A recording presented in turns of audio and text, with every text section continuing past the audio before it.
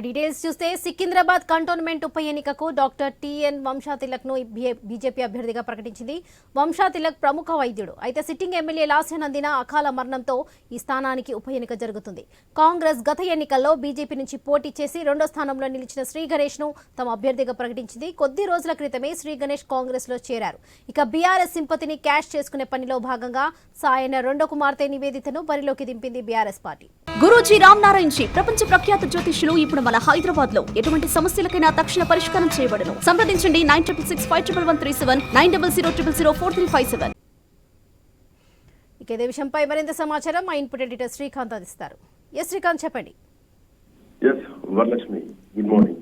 మొదటికి సికింద్రాబాద్ కంటోన్మెంట్ ఉప ఎన్నిక అనివార్యంగా అంటే ఈ మధ్యలో మనం చూసాం. అక్కడ బీఆర్ఎస్ పార్టీ సాయన్న కూతురు లాస్యానందిన అకాల మరణంతో ఈ స్థానానికి ఉప ఎన్నిక జరుగుతోంది. అంటే గత ఎన్నికల్లో ఇక్కడ బీజేపీ నుంచి పోటీ చేసినటువంటి శ్రీ గణేష్ అనూహ్యంగా ఈసారి కాంగ్రెస్ పార్టీ నుంచి అభ్యర్థిగా ఆయన రంగంలోకి దిగుతున్నారు. కొద్ది రోజుల క్రితమే శ్రీ గణేష్ అక్కడ కాంగ్రెస్ పార్టీలోకి వెళ్ళినటువంటి క్రమంలో ఒక ఉత్కంఠ మాత్రం ఉండే ఎవరిని ప్రకటించబోతున్నారు ఏంటి అనేది మాత్రం. సో ఇట్లాంటి నేపథ్యంలో అక్కడ ఒక బీజేపీ అభ్యర్థిని ప్రకటించింది. ప్రముఖ డాక్టర్ టిఎన్ వంశాతిలక్ గారిని అక్కడ భారతీయ జనతా పార్టీ అభ్యర్థిగా ఇప్పటికీ ప్రకటించడం జరిగింది. గత ఎన్నికల్లో బీజేపీ నుంచి పోటీ చేసి రెండో స్థానంలో శ్రీ గణేష్ ఉండే. బట్ ఈసారి మాత్రం అంటే రెండో గణేష్ అక్కడ విషయం ఏంటంటే భారతీయ జనతా పార్టీ పోయినసారి రెండో స్థానంలో ఉంది. సో ఈసారి రెండో స్థానంలో అప్పుడు పోటీ చేసినటువంటి అభ్యర్థి ఈసారి కాంగ్రెస్ పార్టీలో ఉన్నారు. మరొక వైపు దీంట్లో ఏంటంటే గతంలో ఇక్కడ కాంగ్రెస్ పార్టీ నుంచి గద్దర్ కూతురు వెన్నెల పోటీ చేస్తుండే. అంటే ఓవరాల్ గా చూస్తే గనక అసెంబ్లీ ఎన్నికల్లో బీఆర్ఎస్ తరఫున అప్పుడు లాస్యానందిత విజయం సాధిస్తే అప్పుడు గణేష్ కు దాదాపు 41,000 ఓట్లు వచ్చినాయి. 41,59,000 ఓట్లు రావడం జరిగింది. కేవలం 17,000 ఓట్ల పైచిలుకుతో మాత్రమే లాస్యానందిత విజయం సాధించారు. ఇక కాంగ్రెస్ తరఫున గద్దరన్న కుమార్తె వెన్నెల పోటీ చేస్తే దాదాపు 20,000 పైగా ఓట్లు సాధించినా గానీ ఆమె కాంగ్రెస్ పార్టీ ఆసారి మూడో స్థానంలో నిలవడం జరిగింది. అక్కడ భారతీయ జనతా పార్టీ రెండో స్థానంలో నిల్చోవడం జరిగింది. సో ఇట్లా నేపథ్యంలో ఆ రోజు బీజేపీ నుంచి పోటీ చేసినటువంటి శ్రీ గణేష్ ఈసారి కాంగ్రెస్ పార్టీ నుంచి అభ్యర్థిగా బరిలోకి దిగుతున్నారు.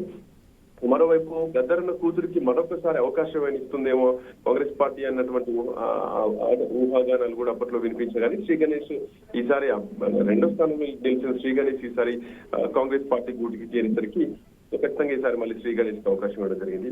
సో కమింగ్ టు ఇక ఇప్పుడు ప్రకటించినటువంటి బీజేపీ అభ్యర్థి విషయం తీసుకుంటే కనుక వంశాతిలక్ ఒక ప్రముఖ డాక్టర్ అని చెప్పాలి. At the same time Hindu భావజాలం ఉన్నటువంటి వ్యక్తి, ఆర్ఎస్ఎస్ నేపథ్యం కూడా ఉన్నటువంటి వ్యక్తి అక్కడ శ్రీ వంశాతిలక్.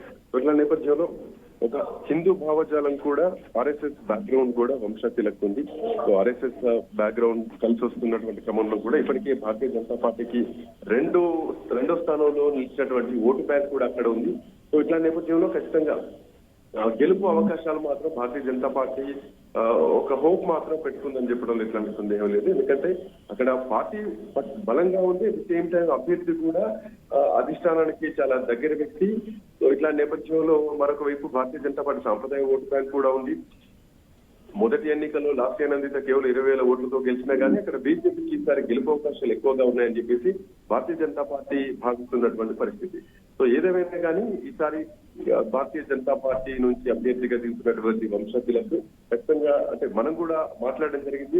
ప్రత్యేకంగా నేనే మనం ఐ న్యూస్ నుంచి వంశాతిలక్ గారితో మాట్లాడడం జరిగింది. ఖచ్చితంగా ఈసారి గెలుపు అవకాశాలు ఉన్నాయంటూ కూడా ఆయన ఒక ధీమా వ్యక్తం చేస్తున్నారు. ప్రజలంతా ఆయనతో ఉన్నారు. గతంలో రెండో స్థానం ఇచ్చినటువంటి ప్రజలు ఈసారి ఖచ్చితంగా మొదటి స్థానంలో కూర్చోబెడతారు. ఈసారి గెలుస్తా ఉన్నటువంటి ధీమాను కూడా వంశాతిలక్ ఐ న్యూస్ తో మాట్లాడినటువంటి క్రమంలో మనతో మాట్లాడినటువంటి క్రమంలో కూడా ఆయన ఒక ఆశాభావాన్ని మాత్రం వ్యక్తం చేస్తున్నారు. ఏదేమైనా కానీ లాస్యానందిత అకాల మరణం తర్వాత అక్కడ అంటే టీఆర్ఎస్ పార్టీ మళ్ళీ తన కుటుంబ సభ్యులకి అవకాశం ఇవ్వడం జరిగింది. కంటోన్మెంట్ మాజీ ఎమ్మెల్యే సాయన రెండో కుమార్తె నివేదితను ఈసారి టీఆర్ఎస్ రంగంలోకి దిగింది.